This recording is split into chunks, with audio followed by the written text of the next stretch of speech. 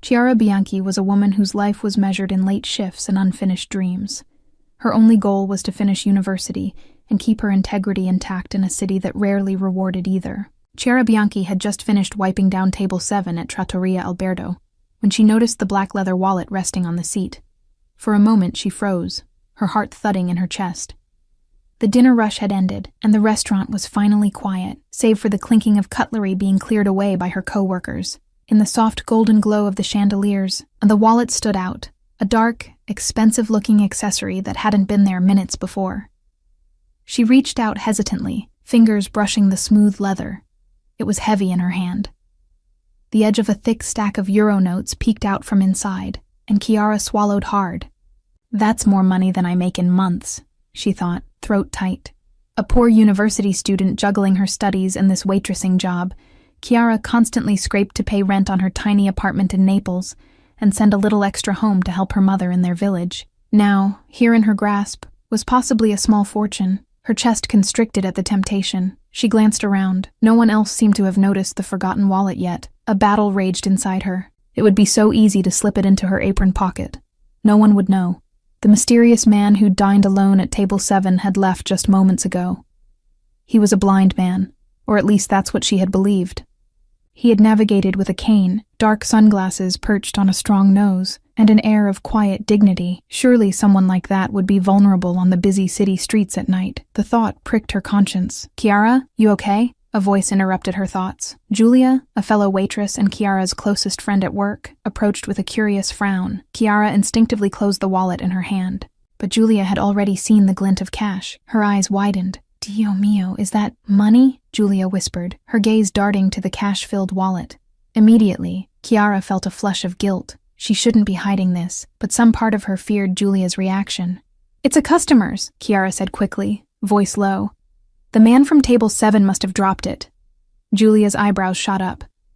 "The blind guy? He left that behind?" she asked incredulously. The two women exchanged a look, both aware of how stuffed the wallet appeared. Giulia let out a low whistle. "He'll never know who took it if it's gone." Chiara's heart skipped. "Giulia!" she hissed, shocked. She knew Giulia could be pragmatic, but was she seriously suggesting? Giulia held up her hands. "Hey, I'm just saying. The man's clearly loaded. Look at that thing. And he's blind, Chiara. He probably doesn't even know he dropped it. If you hand it to the boss," she jerked her chin toward their manager at the bar, "there's a good chance it never gets back to him anyway." Chiara bit her lip. She hated how plausible that sounded. Their manager, Signor Conti, was not known for his honesty. He might claim he'd return it but pocket some cash for himself. Naples could be a harsh place. Everyone was looking out for themselves. But that didn't make it right. She thought of the man who had sat at table 7. He had spoken very little, but he'd been unfailingly polite. With a deep, gentle voice, Chiara remembered guiding his hand to the wine glass and describing menu items aloud at his request. He had listened with a slight smile on his lips, as though amused by something, though he hardly said a word beyond thanks. There had been something enigmatic about him, his stillness, perhaps, or the way he seemed to sense her presence even without sight. When he tapped his way out with his cane, alone, she'd worried briefly about him finding his way. Now that same man's wallet was literally in her hands. It felt like fate had thrown her a lifeline, one she wasn't sure if she should grab. She could pay off 2 semesters of tuition with this cash, maybe move somewhere better than her damp little flat above the bakery. Her tired eyes stung at the thought of relief it could bring. Yet she knew the gnawing guilt would never leave her if she kept what wasn't hers. Her mother's voice echoed in her mind. "We are not rich, Chiara, but we have our honesty."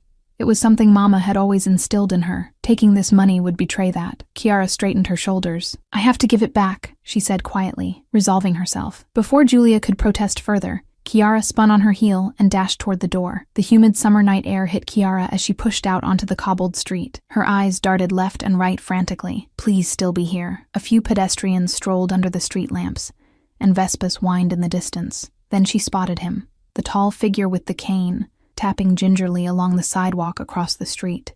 Relief and adrenaline surged through her. "Signore, aspetti, wait!" Chiara called, voice high with urgency as she jogged across the narrow road. The man paused, turning his head slightly toward her. Under the amber glow of a street lamp, he cut an impressive silhouette, broad-shouldered in his tailored suit, dark hair reflecting a hint of the light. He wore those opaque sunglasses still, even at night.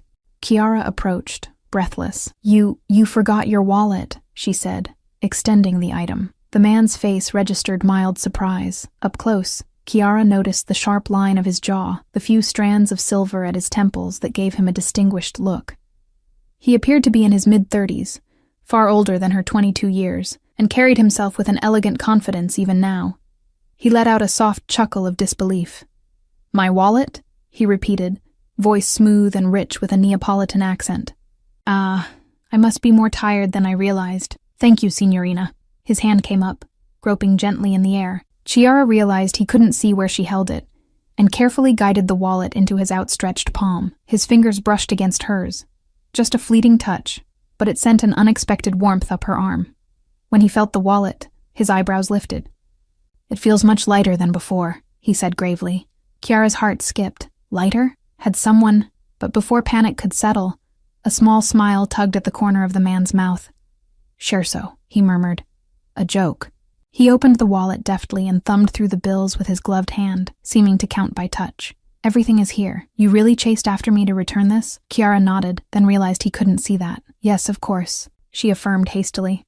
"It wouldn't have been right to keep it." The man tilted his head, regarding her with those concealed eyes.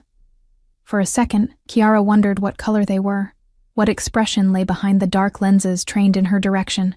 "He's probably just staring blankly," she reminded herself. But something about his posture made it feel like he was truly looking at her. "Not everyone would agree," he said after a moment, his tone thoughtful. "You've done me a great kindness, Miss..." "Oh, Chiara?" she supplied. "Chiara Bianchi. Signorina Bianchi," he repeated, the formal address rolling off his tongue smoothly. "Thank you. In a city like this, honesty is a rare virtue." Chiara felt heat rise to her cheeks at his praise. I couldn't keep something that isn't mine, especially not from you." She bit her lip, realizing how that might sound. "I mean, because you might need it being on your own out here," she added awkwardly, not wanting to reference his blindness too bluntly. He gave a gentle nod. "Still, it takes integrity to do what you did." He reached into the wallet and pulled out one of the larger notes. Though she couldn't see his eyes, Chiara sensed his gaze on her face. "Please, take this, as a token of my appreciation." Her mouth fell open at the $500 note he held toward her.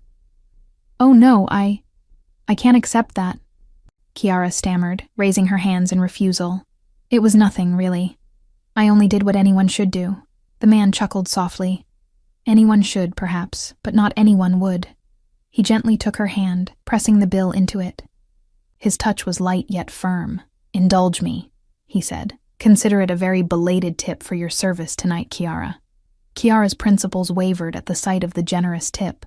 500 euros could cover a month of rent, but it still felt like too much. "Thank you truly, but you don't have to," she began to protest. He held up a hand, smiling. "I insist. You've earned it." There was a finality in his tone that made Chiara fall silent. She curled her fingers around the bill, deciding it would be rude to reject it outright. "Thank you, signore," she said softly. She realized she still didn't know his name. As if reading her thoughts, the man added, "My name is Lorenzo." He hesitated, then gave a slight, self-deprecating smile. "Forgive me, I usually don't have to introduce myself. I'm not used to meeting new people these days." Lorenzo. She repeated it in her mind, liking the way it sounded. "It's nice to meet you, Lorenzo." "The pleasure is mine." Lorenzo dipped his head in a courteous nod. "And thank you again, Chiara. You've given me more than you know tonight." Before she could question that odd statement, he added, "Will you be working tomorrow evening?" Chiara blinked at the sudden question.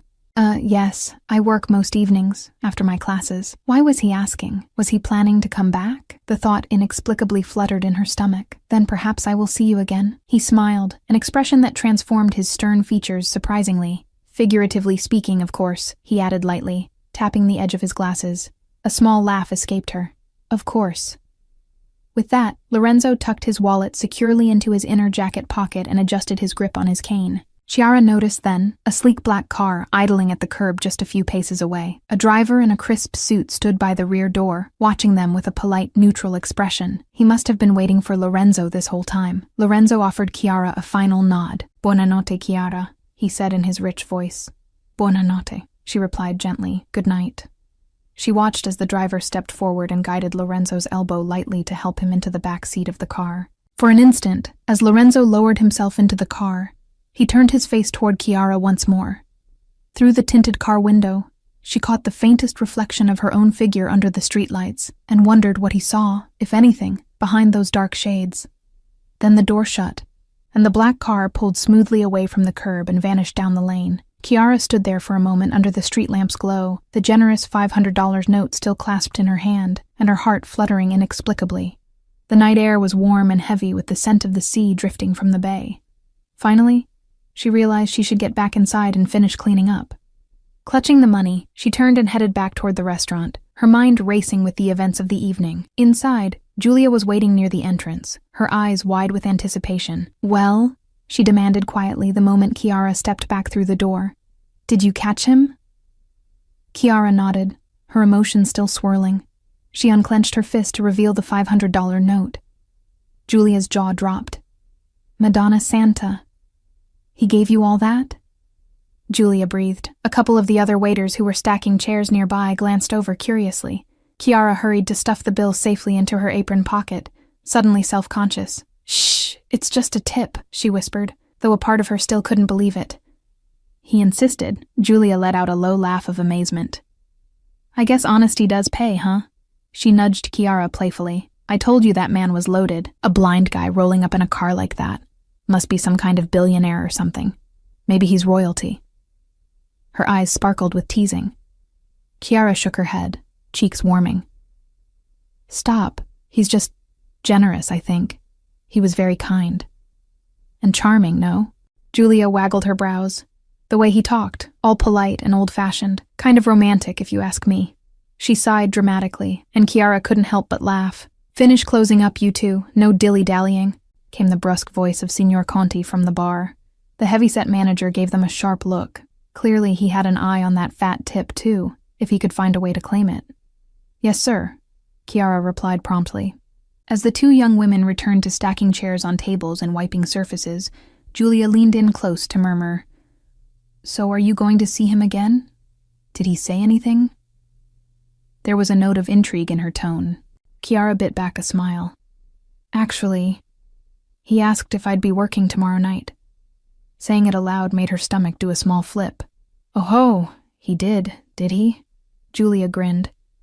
"Sounds like a man who enjoyed the service," she winked. "Maybe Signor Misterioso will become a regular."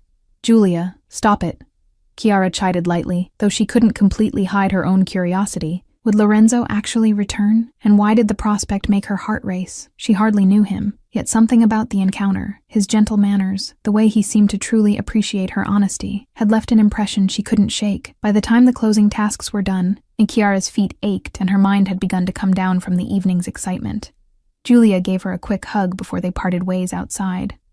"Text me when you get home safe," her friend said, eyeing the dark streets. "And don't spend that cash all in one place." Chiara rolled her eyes and promised, grateful as always for Julia's looking out.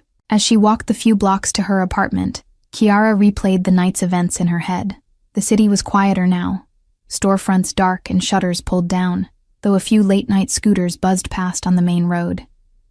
She kept to the pools of light under each street lamp, alert, but not overly worried. This neighborhood, just east of the university, was relatively safe. Still, she couldn't help glancing over her shoulder now and then. Her thoughts drifted to Lorenzo. She found herself wondering about him. Why was he alone? He clearly had means, given the driver and his tailored suit.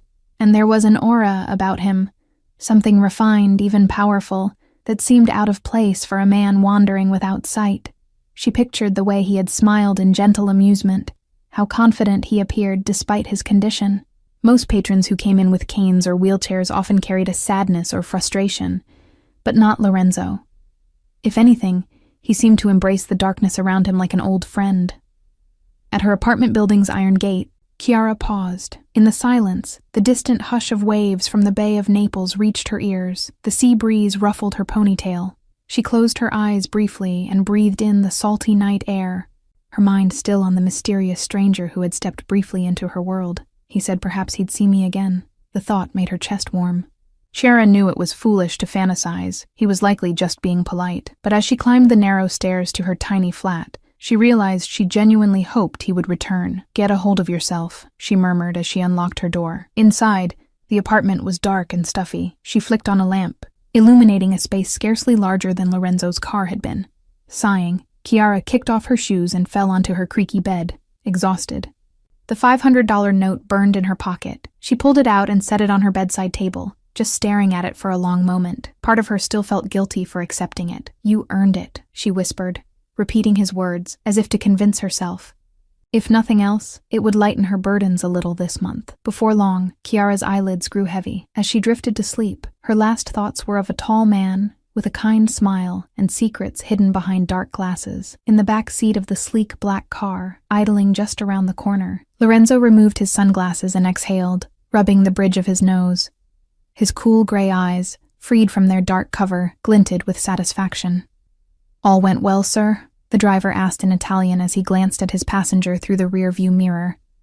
Lorenzo's lips curved slowly. He slid open the wallet on his lap once more, though he already knew the answer. Every banknote was intact. More importantly, the earnest concern in Chiara's voice as she chased him down still echoed in his ears. "Yes, Matteo," he murmured. "Very well." She returned it without a second's hesitation. He tapped a finger thoughtfully against the leather. "Miss Bianchi is an interesting young woman." Matteo, the driver, nodded knowingly. "Shall I look into her background?" he asked.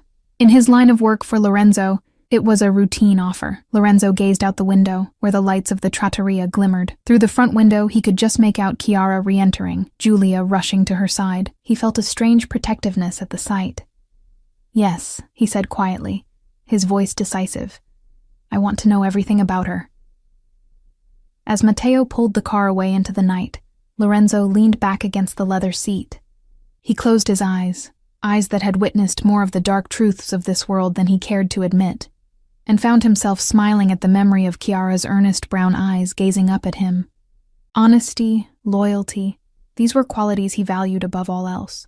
And tonight, in a humble waitress, he had discovered a rare gem. He hadn't planned on any of this beyond a simple test, and yet, as Naples slumbered under the watch of the distant volcano, Lorenzo felt the stirrings of something unexpected in his chest. He never expected what might come next. The next day, Chiara found herself unusually anxious as evening approached.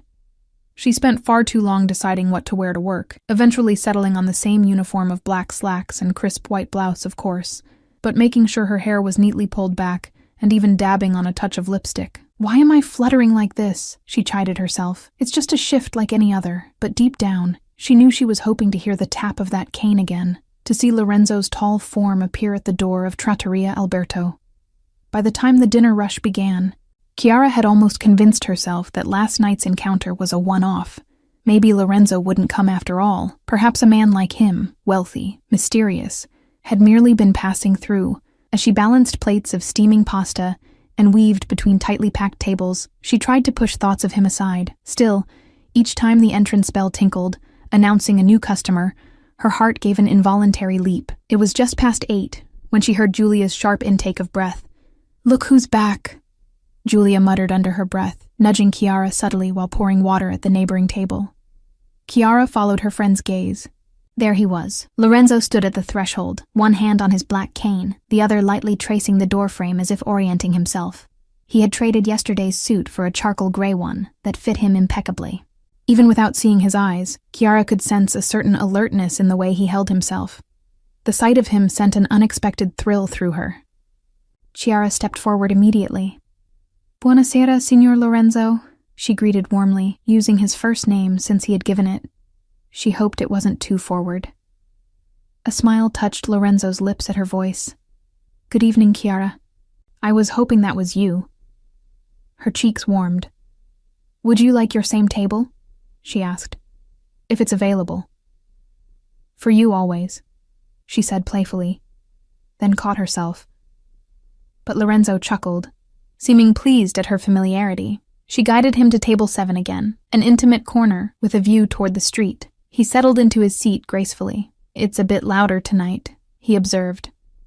Indeed, and the Friday crowd was lively, with clinking glasses and laughter swelling in the little trattoria. "Would you prefer a quieter spot? Perhaps farther from the kitchen?" Chiara asked, concerned. He shook his head. "No, this is fine. I like hearing life around me." He paused, then added in a lower voice, "And I can hear you best from here." Chiara's heart did a little flip. Was he implying he came here to hear her? She busied herself with handing him a menu, unsure how to respond. "Shall I read the specials again tonight?" she offered. "Please." Lorenzo leaned back, attentive. As she read out the dishes, Tuscan ribollita soup, fresh linguine ai frutti di mare, slow roasted lamb with herbs, she noticed he was smiling softly. It made her strangely happy to see him at ease. After taking his order, he opted for the linguine and a glass of Barolo wine. Chiara left to place it, but found herself glancing over at table 7 more often than necessary. Lorenzo sat calmly, cane resting by his chair. Unlike most diners dining solo, he wasn't on a phone or fidgeting. He simply sat, seemingly content to soak in the ambient sounds, the clatter from the open kitchen, couples chatting, the distant chords of a mandolin in the background music. A couple of nearby patrons cast curious glances at the striking blind man with the expensive suit, but Lorenzo appeared oblivious. Julia caught Chiara looking. While passing by with a tray, she whispered, "If you stare any harder, you'll drill a hole in him." Chiara tore her eyes away, face burning. "I'm just making sure he's okay," she protested quietly. Her friend smirked. "Sure, molto bene, I'd say." Julia moved on before Chiara could retort. When Chiara returned to Lorenzo's table with his wine, she found him lightly tracing the rim of the glass that had been set earlier. "Your Barolo, sir," she announced, gently guiding his fingers to the stem once more as she'd done the night before. He nodded in thanks and took an appreciative sniff of the deep red wine. I recognize this aroma. 2015, is it?" Chiara blinked in surprise. "Yes, it is. You know your wines." Lorenzo gave a modest shrug. "Loss of one sense can sometimes sharpen the others. I've learned to discern a good wine by smell alone. Though I admit, I do miss seeing the color." He said it casually, but Chiara heard a hint of wistfulness in his tone. It made her chest ache. "I'm sure it's a beautiful ruby red," she described softly. "Almost mahogany at the edges, and it pairs perfectly with the seafood pasta." His smile returned. "Thank you, Cara." The endearment slipped out, meaning nothing more than dear in Italian, but it made Chiara's pulse quicken. She busied herself adjusting his place setting, hoping to hide her fluster.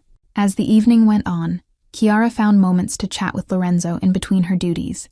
He asked about her studies, and she shyly admitted she was finishing a degree in literature. "Ah, a lover of books," he remarked. "No wonder you read the menu so beautifully." That comment earned a laugh from her. In turn, Chiara learned small snippets about him. He mentioned having traveled a lot for work when he was younger, though he kept the details vague. "These days I stay mostly around Naples. I prefer familiar surroundings now," he said. Chiara had the impression of a man who had seen much of the world, perhaps too much. There was a subtle weight behind his words, as if unspoken stories lingered beneath. At one point, a neighboring table, a group of loud businessmen well into their 3rd bottle of Prosecco, grew boisterous.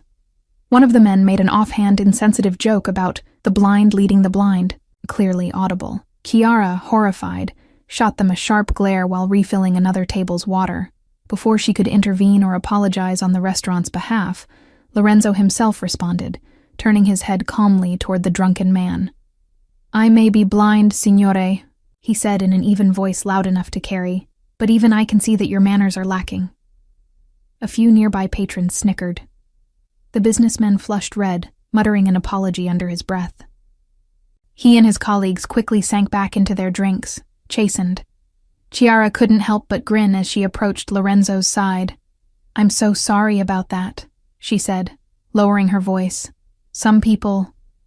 There's no need to apologize for others." Lorenzo replied gently. "Besides, you were ready to defend me, weren't you?" His head tilted as if he could sense her indignation on his behalf. Chiara admitted, Yes, no one should be disrespected like that in here." His expression softened. "You have a kind heart, Chiara, and courage." She ducked her head, not sure what to say to that. Thankfully, the arrival of his linguine gave her a task to focus on. She carefully described the layout of the plate to him. Pasta at 6 o'clock, clams at 12, mussels at 3 and 9, a sprig of parsley on top. It was something she'd learned to do with visually impaired customers in a disability awareness workshop. She hoped it was helpful. "Perfect," Lorenzo said, and as he sampled the dish, his pleased sigh indicated the food was to his liking. Chiara left him to enjoy the meal while she tended to other tables. Throughout the night, she found herself drawn back to Lorenzo's table again and again. He never demanded her attention, but whenever she had a spare moment, she gravitated there to ask if he needed anything else, or simply to chat a little more. The conversation flowed surprisingly easily. Lorenzo had a dry, subtle sense of humor that caught her off guard and made her laugh, and when he laughed, quiet and deep, she felt an absurd sense of triumph at having elicited that warmth from him. By the end of the evening, Chiara realized she had spent far more time at table 7 than she probably should have. Luckily, Julia and the others were covering her other tasks without complaint, no doubt all of them curious about this unusual patron who had captured Chiara's focus. When Lorenzo finished and requested the check, Chiara brought it to him. He produced a sleek black credit card from his wallet this time. As she carefully placed it back into his hand after swiping it, he gently closed his fingers over hers. "Thank you for your wonderful service and company," he said, his thumb briefly grazing the back of her hand. Chiara's breath caught. She hoped the dim lighting hid the flush in her cheeks. "It was my pleasure."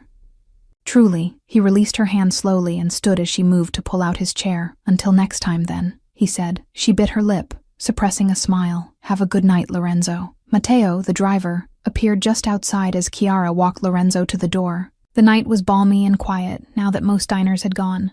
Ever professional, Matteo gave a polite nod. "Good evening, miss," he said, remembering her from before. She returned the nod as Lorenzo got into the car, offering a final wave in Chiara's direction. She wasn't sure if he could make out her shape, but she waved anyway. Julia was all over her the instant the black car disappeared into the traffic. "Girl, spill," she demanded while they cleared the last table. "You two were practically in your own world all night. I've never seen you so smitten." Chiara fumbled with a stack of plates. "I was just being friendly, Julia. He's a nice man. A nice, rich, attractive man who clearly enjoys your friendly service," Julia teased. "He asked for you specifically when he came in. And that little handhold at the end? Santo cielo. I thought you were going to melt into a puddle on the floor." Chiara nearly dropped the plates, mortified. "Was it that obvious?" she groaned. "Only to everyone with eyes." Julia laughed, then bit her tongue exaggeratedly. "Oops, poor choice of words. But you know what I mean." The chemistry was palpable. Heat crept up Chiara's neck. Was she that transparent? She didn't want to embarrass Lorenzo or make him the subject of gossip. "It's nothing like that. He's just a generous patron. I'm sure he's like that with everyone." Julia gave her a look. "Sure. Keep telling yourself that, amica. All I know is he's been here 2 nights in a row and only ever wants you to serve him. I think a 3rd night will seal it. He's officially enamored." She winked. Chiara mumbled a half-hearted protest, but her mind was already drifting to the possibility. Would he come again tomorrow? The thought made her stomach flutter with anticipation and anxiety in equal measure. To Chiara's quiet delight, and growing confusion at her own feelings, Lorenzo did return the next evening, and the evening after that. In fact, over the next couple of weeks, he became a regular fixture at Trattoria Alberto, always arriving around the same time in the evening, always requesting to sit in Chiara's section. With each visit, their rapport deepened. Chiara found that Lorenzo had a way of drawing her out of her shell. He would ask her about the book she was reading for class and listen intently as she animatedly described her favorite novels. In turn, he shared tidbits about cities he'd visited, Paris, Buenos Aires, Hong Kong, painting vivid pictures with words of their sounds and scents and personalities. It was as though, lacking sight, he had compensated by savoring the world in other ways, and he made Chiara imagine places she'd only dreamt of. Despite his guardedness about personal details, Lorenzo occasionally let slip a telling remark. Once, when she asked if he had family nearby, a shadow passed over his face. "My parents are gone," he said quietly. "I have a few colleagues I consider family, but no siblings, no wife or children." He had quickly changed the subject, and Chiara hadn't pried further, but she sensed loneliness there, beneath his refined exterior. For her part, she spoke of her own family, her widowed mother back in a small town in Campania, whom Chiara sent money to when she could, her younger brother who was studying to be a mechanic. "I'm the first to attend university," she mentioned, not without pride. Mama worked so hard to make it possible. Lorenzo had smiled at that and said her mother must be very proud of her. Sometimes, between serving other tables, Chiara would simply sit with Lorenzo for a few stolen minutes, especially on slower nights. They shared light jokes, like the time she nearly tripped and spilled coffee but managed not to, and he quipped that he would have caught the cup if it fell, a comment that made her laugh and say she doubted his reflexes were that good. He only smirked mysteriously.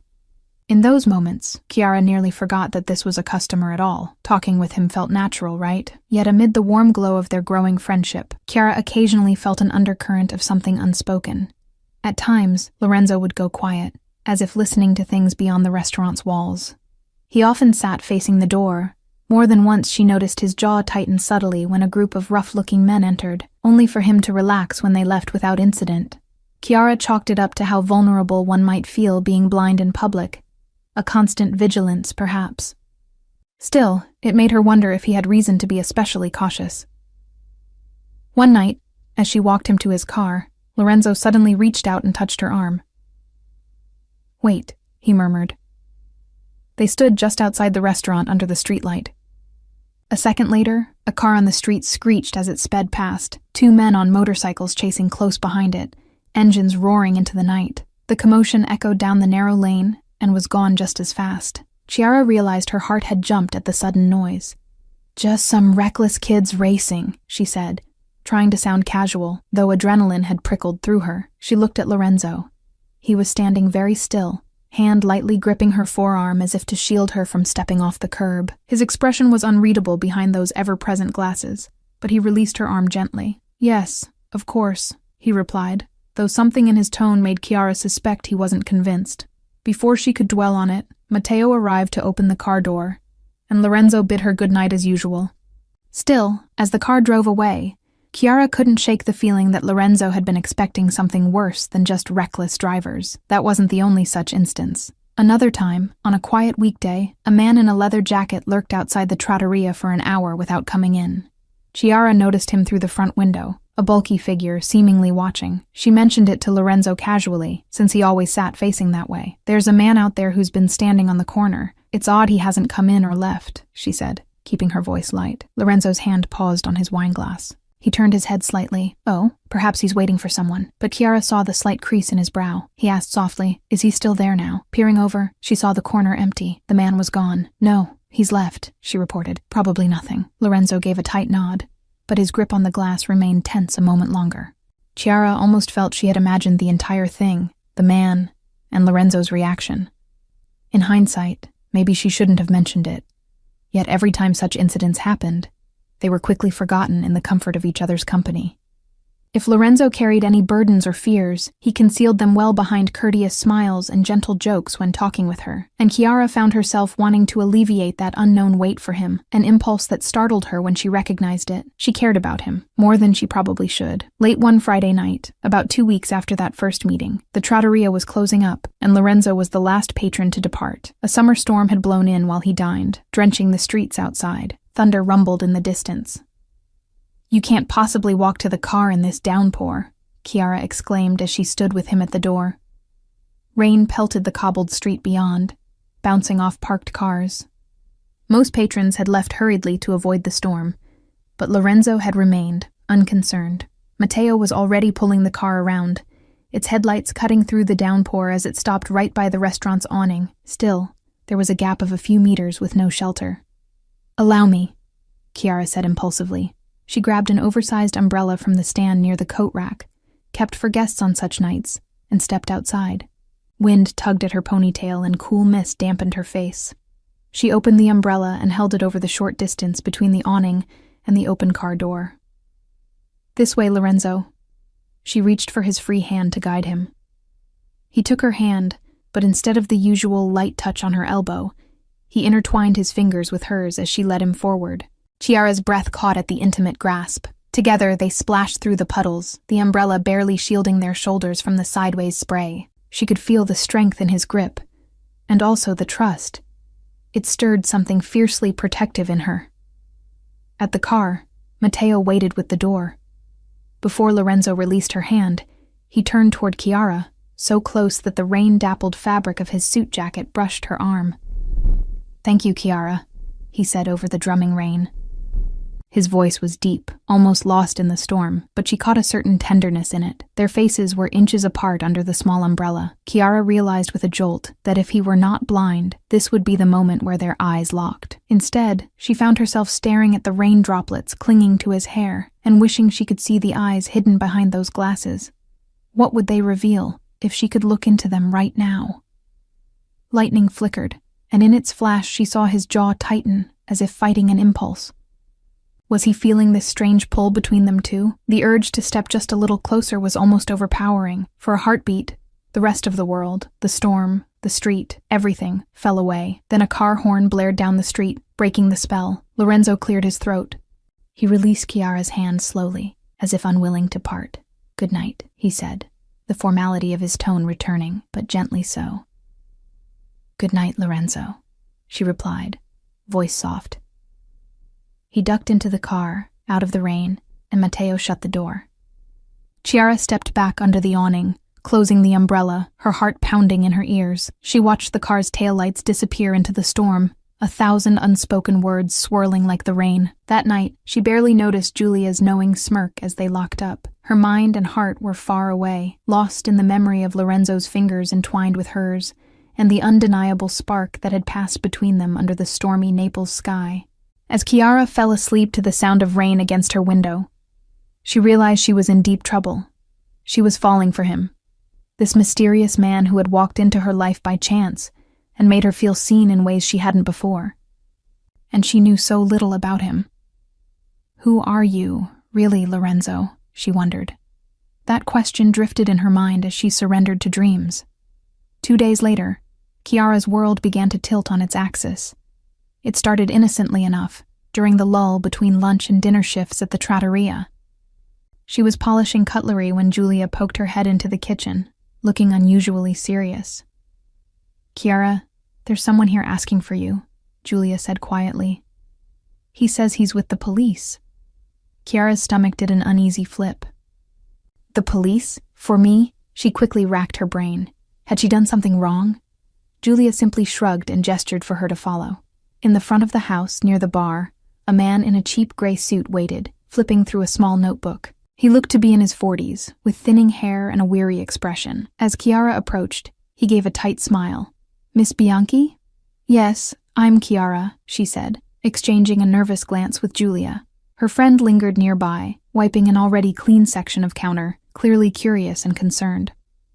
"I'm Detective Marco Rinaldi." The man flashed an official-looking badge and ID. "Do you have a moment? It's about a certain patron who's been coming here recently." Chiara's heart skipped. In that instant, she knew this was about Lorenzo. Had something happened to him? Or, her mind leapt to darker possibilities. Was this about his wealth? Maybe unpaid taxes or something mundane? Surely nothing serious. "Yes, I suppose," she said. "Should we sit?" The detective nodded, and they took seats at an empty table. He leaned forward, lowering his voice. "We have reason to believe that a wanted criminal has been frequenting this establishment, likely under an assumed identity. We're seeking information from staff who might have interacted with him." Chiara felt a chill, but forced herself to stay calm. "A criminal? Do you know his name?" she asked carefully. Rinaldi consulted his notebook. "We suspect he goes by Lorenzo Caruso. Have you served anyone by that name? Perhaps someone with a visual impairment?" His gaze sharpened on her. Her blood ran cold. "Lorenzo Caruso?" She shook her head automatically. "I only know a customer named Lorenzo. I don't know his last name. He is visually impaired." "Yes." Her voice faltered. "What is he wanted for?" The detective's lips pressed into a grim line. "Caruso is believed to be a high-ranking member of the Camorra." Seeing her confusion, he clarified, "The local mafia. In fact, intelligence indicates he's one of the bosses vying for power in a recent turf war. He's extremely dangerous, Miss Bianchi." Chiara's head swam. She could scarcely reconcile the kind, soft-spoken man who held her hand in the rain with the words, "Mafia boss." She opened her mouth to deny it, but fragments of memory intruded. Lorenzo's subtle tension at loud noises, the lurking man outside, the mysterious car chase. Signs she'd noticed but naively dismissed. "There must be a mistake," she murmured, though her voice lacked conviction. Rinaldi's eyes were sympathetic. He pulled a photo from his jacket and slid it across the table. This was taken 2 years ago in Milan. Chiara picked up the picture. It showed a younger-looking Lorenzo, without glasses, stepping out of an expensive car. His face was unmistakable, those strong features, the proud set of his shoulders. She realized with a surge of dread that he wasn't using a cane, and flanking him on either side were 2 men holding submachine guns, half concealed by their coats. Her hand trembled, and Giulia, who had crept closer, gasped softly over Chiara's shoulder. "Dio," Giulia breathed. "That's him, isn't it?" Chiara's world felt upside down. She set the photo down, struggling for breath. The detective lowered his voice further. "I know this is a shock. People like Caruso are very good at pretending to be something they're not. They deceive good people like you. He's never hurt me," Chiara managed to say, barely above a whisper. "Let's keep it that way." Rinaldi straightened a little. "Miss Bianchi, we need your help. Men like Caruso are hard to get close to, but he's let his guard down by coming here. Frankly, we were surprised to learn he's been posing as a blind man. Clever trick to appear harmless. But it seems he trusts you." Chiara felt Giulia's hand find hers under the table, giving a supportive squeeze. She didn't know what to think, what to feel. Anger? Fear? A strange ache was spreading through her chest, the sting of betrayal. Lorenzo had lied from the very beginning, lied about something so fundamental. What do you want me to do?" Chiara asked, hearing the hurt in her own voice. "Nothing dangerous," Rinaldi assured quickly. "Just continue as normal. Don't let him suspect anything. We plan to move in soon, possibly the next time he shows up here. If you can let us know when he's here, or better yet, keep him here longer once he arrives, that will help. We'll take care of the rest." "You're going to arrest him?" she asked, eyes brimming with tears she fought to hold back. The detective nodded. "If all goes smoothly. But be aware, men like Caruso can be unpredictable." He didn't finish the thought. He didn't have to. Chiara's heart clenched painfully. She remembered Lorenzo's gentle touch on her hand, the way his laugh warmed her, the vulnerability he'd shown her in quiet moments. Was any of it real? Or was she just an assignment, a test, as cold and calculated as this detective implied? "How can I contact you?" Chiara heard herself ask, though it felt like someone else speaking. Detective Rinaldi slid a plain business card across to her. A phone number was printed on it. "Call or text when he arrives. We'll be nearby, ready. And Miss Bianchi?" he added as she numbly tucked the card into her apron. "Please be careful. If Caruso even suspects, he might, well, just be careful. Act normal." He stood up, gently patting her shoulder. "You're doing the right thing. People like him destroy lives. We'll keep you safe, I promise." With that, the detective gave a cordial nod to Giulia and walked out, leaving the restaurant as quietly as he'd come. Chiara sat there, staring at nothing. Her hand in Giulia's had gone clammy. "Chiara," Giulia ventured softly, "what are you going to do?" A tear finally escaped down Chiara's cheek, followed by another. She quickly wiped her face, standing shakily. I don't know," she whispered. "This can't be true. He's so—" She couldn't even find the words. Kind, gentle, good. How could he be what they said? But the photo had been damning. And more than that, her own memory was damning. She had seen signs and ignored them. She felt foolish and heartbroken. "Maybe he's not as bad as they say," Giulia offered weakly. But her voice lacked conviction. She had seen the evidence too. Chiara pressed her palms to her eyes. "If he's been lying about being blind, he lied to me every day," she said, voice trembling. "Why? Just to test me, like I'm some pawn in his game?" Bitterness crept in, but beneath it, pain. Giulia wrapped an arm around her shoulders. "Whatever the reason, he had no right," she murmured.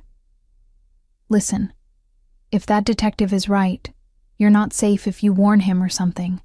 Maybe it's best to let the police handle it." Chiara stiffened at the thought of doing nothing while armed officers swarmed Lorenzo. The image of him being dragged off in cuffs or worse flashed in her mind. Despite everything, she didn't want him hurt. "He's not coming tonight anyway," she said hollowly, hoping that was true.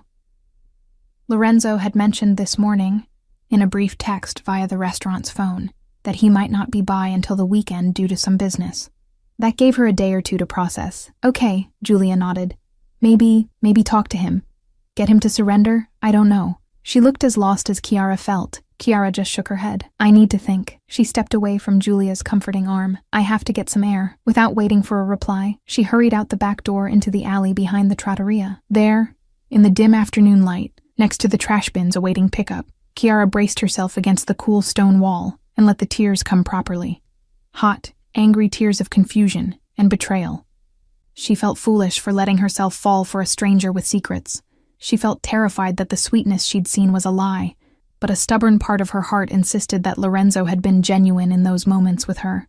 Could both things be true? Could he be a good man and a criminal at once? Kiara didn't know how long she stood there, trembling and trying to catch her breath, before she heard Julia's voice calling her back inside to prepare for the dinner shift. She pocketed the detective's card with a shaking hand. Whatever happened next, one thing was certain: her life was not going to remain the same. The following evening, Kiara went to work with dread churning in her stomach. Each time the door opened, she felt a jolt of apprehension that it might be Lorenzo, or the police, or worse.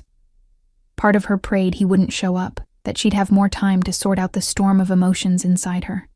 But as fate would have it, Lorenzo came that night, earlier than usual. Kiara spotted him stepping into the restaurant around 7, guided as always by his cane. He wore a navy suit tonight, crisp and striking. Her heart simultaneously leapt and sank. She forced a smile onto her face, hoping it didn't look as brittle as it felt. Good evening, Lorenzo, she greeted, her voice tight. Instantly, she sensed him pause. Though his glasses were turned toward her, she felt as if his gaze pierced through her. Buonasera, Chiara, he said warmly, but with a faint question in his tone. It's good to hear you. She guided him to his usual table on unsteady legs. Her mind raced. He's here. What do I do? Detective Rinaldi's card felt heavy in her apron pocket.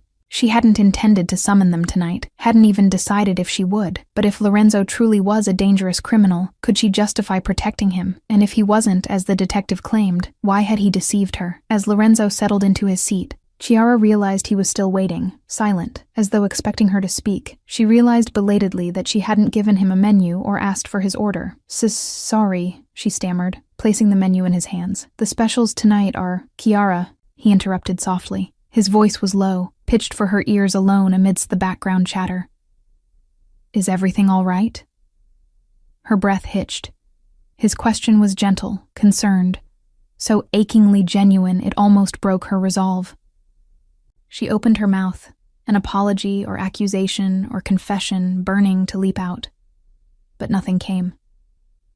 Across the room, she saw Julia watching, worry etched on her face. In that moment, Chiara made a choice. Hands trembling, she reached into her pocket and beneath her notepad, pressed the sequence of buttons on her phone to send a single text to the number Detective Rinaldi had given. He's here. The message sent, she forced herself to reply to Lorenzo in as normal a tone as she could muster. I'm fine, just a little tired, she lied, picking up the thread. The specials tonight are eggplant parmigiana and a rosemary risotto. Lorenzo's head tilted. He didn't look convinced by her answer. But after a beat, he nodded. I'll trust your recommendation, as always. Whichever you think, and a glass of the house red. She scribbled the order and hurried off, needing to be away from the intensity of his presence before she fell apart. In the kitchen, her heart was thudding so loudly she thought the chef could hear it. They're coming. Oh God, what have I done? She thought in a panic. How would they move in? Would they storm in with guns? What if someone got hurt? What if Lorenzo got hurt? Back out on the floor, time seemed to crawl and race all at once. As Chiara served other customers, she stole glances at Lorenzo. He sat calmly at table 7, but he hadn't touched his wine. Instead, he seemed to be listening. His focus was not on the meal, but outward, as if reading the room's mood. Was he sensing her anxiety? When she brought out the risotto, she nearly jumped as he spoke quietly. Your hands are shaking. He reached out suddenly and gently closed a hand around her wrist. It was a light hold, but it stopped her cold. Tell me what's wrong, Chiara. Her throat closed up. How could he always read her so easily?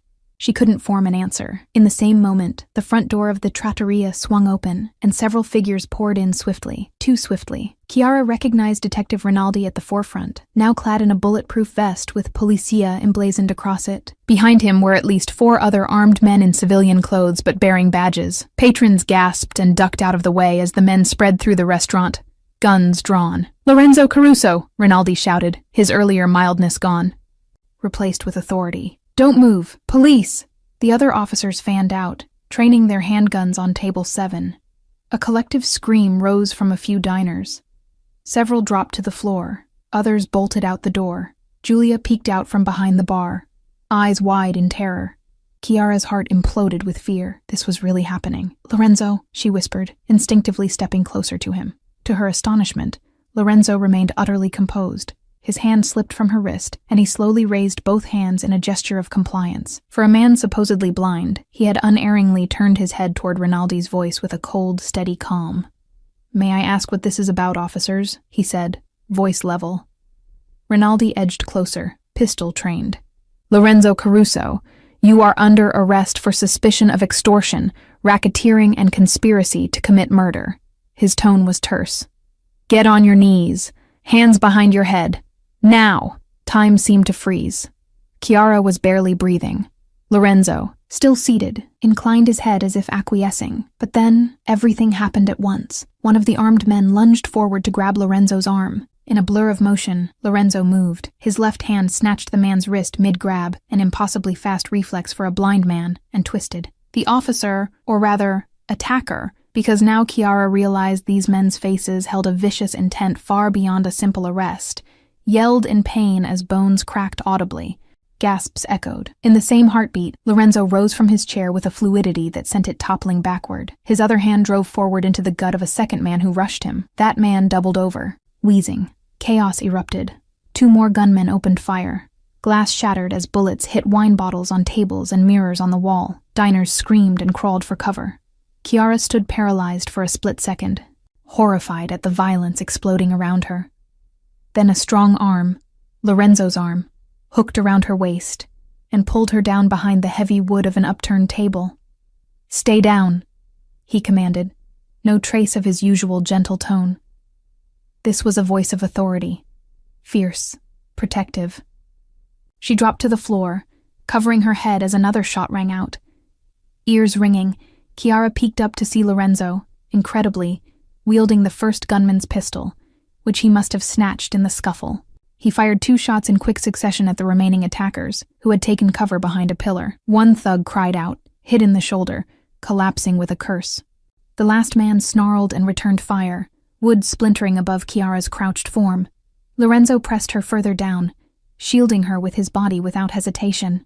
At that moment, through the haze of fear, Chiara's eyes caught a glimpse of Lorenzo's face. His sunglasses had been knocked askew in the melee, and for the first time she saw his eyes. Steely gray and sharp with focus, they were nothing like a blind man's. They were alive with acute awareness, with anger and concern, as he glanced at her to make sure she was safe. Her heart lurched at the confirmation of what she already knew. He could see. He had been able to see all along. The final attacker, realizing he was outmatched, suddenly lunged out, gun aimed not at Lorenzo but at Chiara. Chiara's blood went cold as she found herself staring down the barrel of his handgun. "Drop it, Caruso, or I shoot her!" the man shouted. Lorenzo's jaw clenched. He stood a pace in front of Chiara now, his own gun trained steadily on the thug. Chiara scrambled up to a half-kneeling position, fear pulsing through her. She could see the man's finger whitening on the trigger. "Lorenzo, don't!" she cried, afraid he might trade his life for hers. For a heartbeat, neither moved. Rain from a broken sprinkler pipe, triggered by a stray bullet hitting the ceiling, began to spray down, soaking the scene in a surreal drizzle. Lorenzo's voice cut through the chaos, low and deadly calm. "You don't want to do this," he warned the man, eyes like ice. "Harming her will only make your death slower." The thug sneered, pressing forward. "Big words from a blind man," he spat. But Lorenzo was already moving. In a single decisive motion, he pulled the trigger. The gunshot cracked. The attacker's weapon clattered from his hand as he howled. A precise shot had torn through his forearm. The man fell to his knees, clutching his ruined arm, rainwater and blood mingling at his side. It was over. Silence fell save for the patter of water and the sobs of a terrified patron by the door. Lorenzo exhaled slowly, lowering the gun. Chiara was shaking all over, a sob caught in her throat. None of it felt real. The shattered glass, the smoking gun, the men sprawled on the floor, moaning. Before she could process, Lorenzo turned to her. Water dripped from his hair and face. His glasses were gone, fully revealing those storm-gray eyes now filled with urgent concern. "Are you hurt?" he demanded, his voice rough. She couldn't find her voice. She managed a shake of her head, though tears were streaming down her cheeks from shock. Lorenzo closed his eyes briefly in relief. In the distance, sirens began to wail. Neighbors had likely called the police. The real police. Lorenzo's expression hardened. He gently but firmly took Chiara by the arm and helped her to her feet. "We need to go, Adesso. Now," he said. Chiara pulled back instinctively. Go? With him? She stared at him. This man she thought she knew, who was now revealed in stark reality. Blood spatter flecked his collar. A gun was still clenched in his fist. He followed her gaze and immediately discarded the weapon, kicking it away. "Chiara, please," he implored, his tone softer but urgent. "More will come. You're not safe here." She wavered, mind reeling. Everything she had believed about him was shattered, yet he had just risked his life to protect her. Beyond them, Giulia emerged from behind the bar, eyes huge with shock. The restaurant was wrecked. Patrons were stumbling out, panicked. Rinaldi, the fake detective, lay unconscious near the door, likely knocked out in the chaos. As Chiara's eyes swept over the scene, she realized with dawning horror that this bloodshed was partly her doing. She had texted them to come. A sob of guilt choked her. "I'm sorry," she whispered, not even sure who she was apologizing to.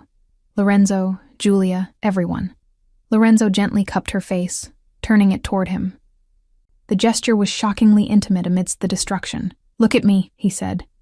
And she did, seeing those eyes up close for the first time, clear, stormy, filled with intensity. "This is not your fault. They deceived you. I promise, I will explain everything.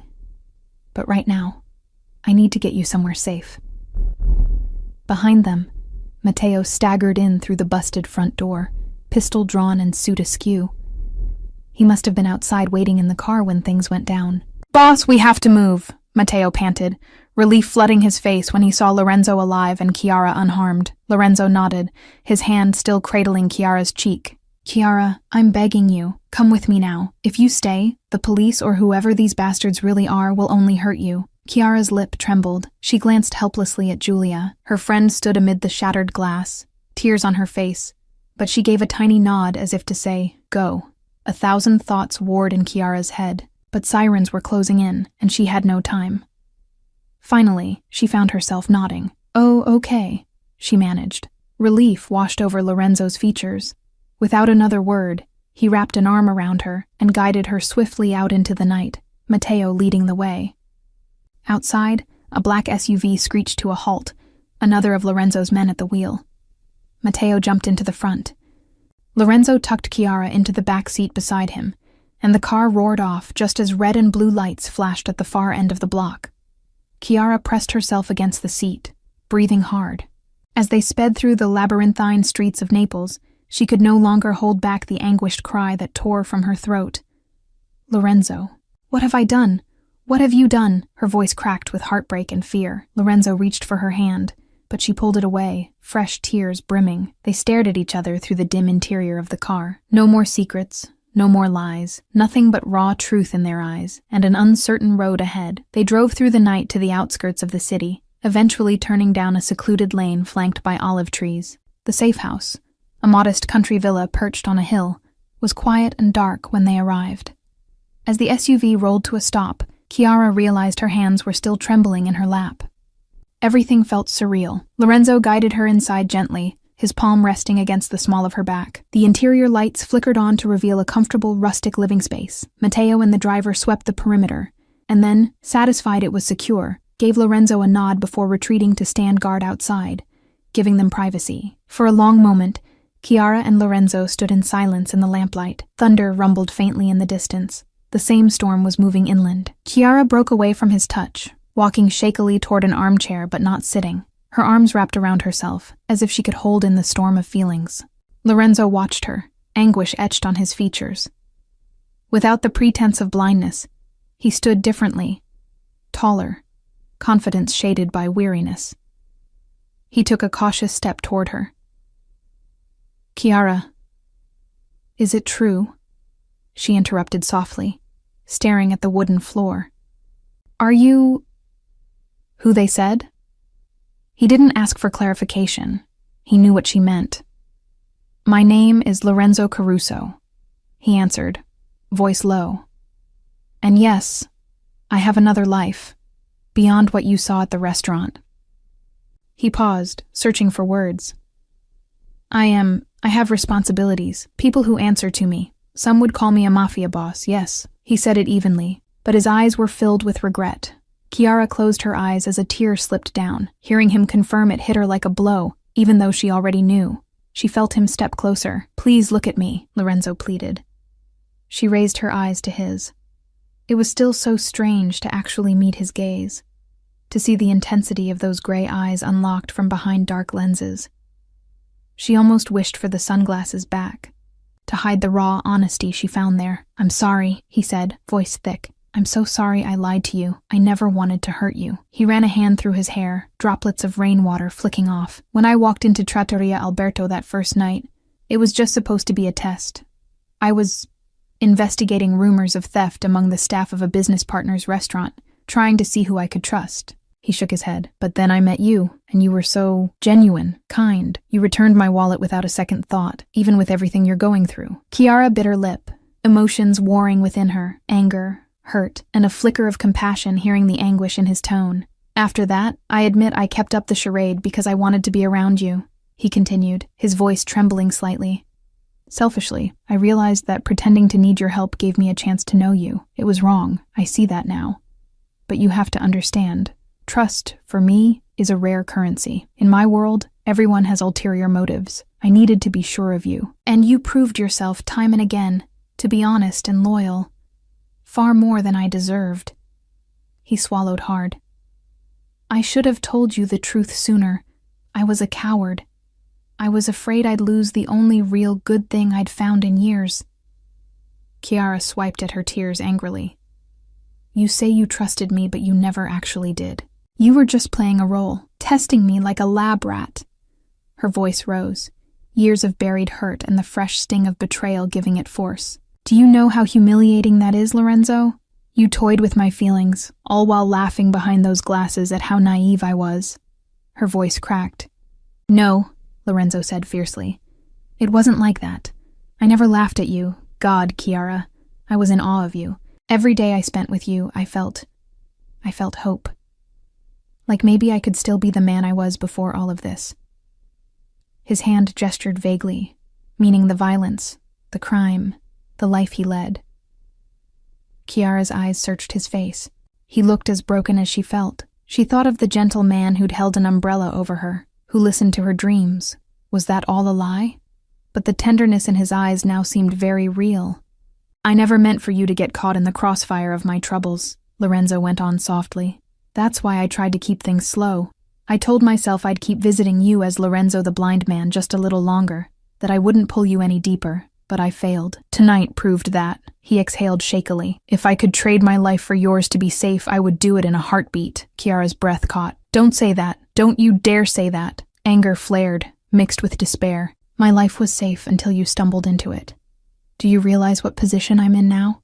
My workplace is ruined. My future..." Her voice wobbled. "My heart is in shambles. I could be arrested for aiding you, or killed by your enemies. Everything is upside down, because of you." Each word hit Lorenzo like a lash. She could see it in the way he flinched. She almost regretted them, but they were true. He bowed his head. "You're right," he murmured. "I've brought danger and pain into your life, and I can never forgive myself for that." For a moment, the only sound was distant thunder and the soft ticking of a clock on the mantel. Chiara shivered, the night's damp and shock finally creeping into her bones. Almost absently, Lorenzo slipped off his suit jacket. He approached and draped it around her shoulders. She allowed it, too exhausted to resist the warmth it offered. As he pulled his hands back, Chiara noticed a streak of blood on his white shirt sleeve. Her eyes widened. "You're hurt," she said, pointing with trembling fingers. Lorenzo glanced down, then dismissed it. "It's nothing, just a scratch." But Chiara stepped closer, concern overriding her turmoil for just an instant. She gingerly rolled up his sleeve to reveal a grazed furrow along his upper arm, where a bullet or fragment had skimmed him. Dried blood stained the fabric around it. "Nothing?" she murmured incredulously. Without thinking, she moved to the kitchen, finding a dishcloth and wetting it under the tap. She returned and carefully dabbed at the wound. Lorenzo sucked in a breath but stood still, letting her tend to him. Her hands were gentle, focused on the small task.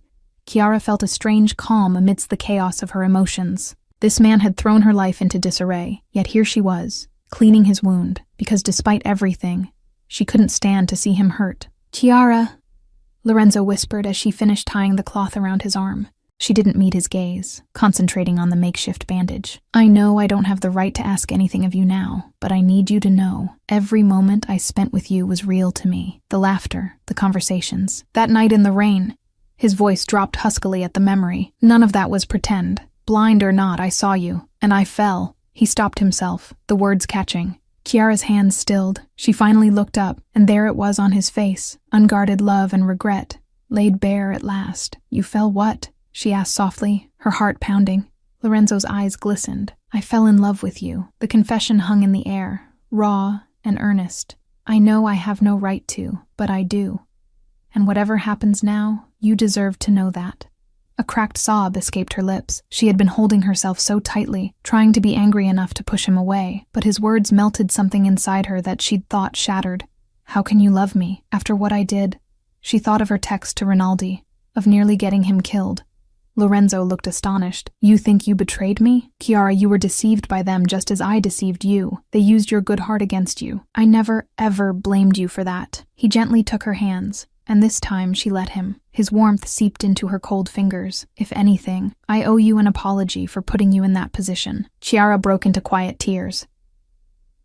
"I was so afraid they would hurt you. And then when I saw you with that gun, I didn't know who you were anymore."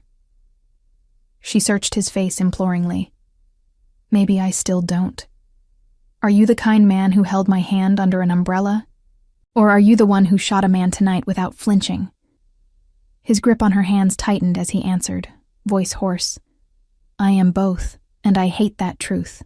I was gentle with you because that's who you make me want to be, but I will also be ruthless to protect you, or anyone I care about." A tear slid down his cheek now, unexpected. "My life has been full of violence for so long. I had accepted that I was a monster, but you made me feel like a man again. A man who could cherish something pure. I never wanted you to see the monster, but tonight you did." Chiara reached up impulsively and brushed away his tear. Lorenzo inhaled sharply at her touch. "Perhaps I did," she said, voice trembling, "but I also saw the man who shielded me with his own body, who saved my life." Her fingers lingered against the rough stubble on his jaw, the intimacy bridging a gap that fear had carved. "You're right. I don't know everything about you, and I'm still angry and hurt, but I know you're not heartless. If you were, I'd be dead, or worse." He closed his eyes. I'm leaning subtly into her hand before she withdrew it. "I would rather die than let anything happen to you," he said quietly, and she knew it wasn't hyperbole. For a moment, neither spoke. The thunder had quieted, leaving only the patter of light rain on the roof. Chiara felt the weight of the day heavy on her, but also the weight of his confession, and hers still unspoken outright. She had fallen for him too, deeply, however crazy that was. That love battled with her conscience and fear.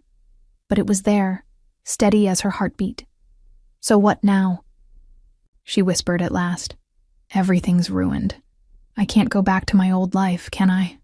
Lorenzo looked pained. "Not for the time being, no. Those men tonight, they were sent by a rival of mine. They targeted you because I showed I cared for you. They'll try again, or the authorities will. Either way, Naples isn't safe for you now." He drew a shaky breath. "I can keep you safe, but it means leaving here, coming with me." Chiara's heart thumped loudly in her ears. Here it was, the crossroad she'd never imagined facing. "Go with you. As what?" she asked softly. "Your hostage? Your responsibility?" She needed him to say it. Lorenzo stepped forward, closing the last of the distance between them. His hands gently framed her face, tilting it up. "As the woman I love," he said. Under my protection, yes, but free. I will take you anywhere in the world you want to go. I'll spend my life making up for what I've done to yours. If you can ever forgive me. If you can ever trust me again. His voice broke on the last words, revealing the vulnerability of a man who, for once, did not know if he would get his way. Tears glistened in Chiara's eyes once more, but this time they were not solely tears of pain. Lorenzo, she covered his hands on her cheeks with her own. I don't know if it's wise or right, but my heart wants to trust you. It always has. A tiny shaky smile appeared on her lips. I think I fell in love with you too, in spite of all my better judgment. A soft sob laugh escaped her. You infuriating man! A breath of relief left him, half a laugh of his own, as his forehead fell against hers. I don't deserve you, he whispered. Probably not, she teased gently, sniffing back tears. But we don't get to choose who we love, do we? He let out a trembling chuckle. For a moment, they stayed like that, heads bowed together as if in prayer. Then Lorenzo tilted his head and pressed a tender kiss to Chiara's forehead. It was a cautious, reverent kiss, filled with all the unspoken gratitude and emotion he couldn't yet put into words. Chiara closed her eyes at the warmth of his lips against her skin. She realized she was crying again, but the tears were strangely soothing. We'll leave tonight, Lorenzo murmured, pulling back just enough to meet her eyes. I have a plane. Matteo will make sure we're not followed. We can go somewhere far away, start fresh. Chiara took a shaky breath. Leaving Naples meant abandoning the life she'd known, her studies, friends like Julia, her mother, though she could be contacted from afar. It was overwhelming. But standing here in Lorenzo's arms, the steady beat of his heart under her palm, she knew one thing for certain. Life without him felt even more impossible. Okay, she whispered. Take me away from here. Lorenzo's eyes closed in palpable relief. Thank you, he breathed, resting his forehead against hers once more. I swear, Chiara, and I will protect you. With every resource and every drop of blood I have. She believed him. In spite of everything, she believed him. He gently took her hand. We should go. The jet will be ready within an hour. He hesitated. Is there anything you need to do? Anyone you must call? Chiara thought of her mother. She would send word once safe. A white lie about a sudden job abroad, perhaps. Julia, dear Julia. She would understand. Not now, she said. It can wait. Together they walked out into the damp night. The rain had stopped, leaving the air fresh and cool. Matteo hurried to pull the car around, and Lorenzo helped Chiara into the back seat before sliding in beside her. As the engine started, Chiara realized her hand was still entwined with Lorenzo's. She tightened her grip slightly. He responded in kind, a subtle squeeze that promised she would never face anything alone again. The car drove off down the winding road, leaving the villa behind. In the east, the first light of dawn was just beginning to break, softening the dark sky to gray. Chiara leaned her head against Lorenzo's shoulder. He pressed a kiss to her hair. Whatever lay ahead, danger, or peace, or a battle for redemption, they would meet it together. In the hush before sunrise, Chiara closed her eyes, letting the steady rhythm of Lorenzo's heartbeat calm the last of her fears. The future was uncertain, but one truth was clear. Against all odds, love had found them in the darkness, and it would guide them into the light of a new day.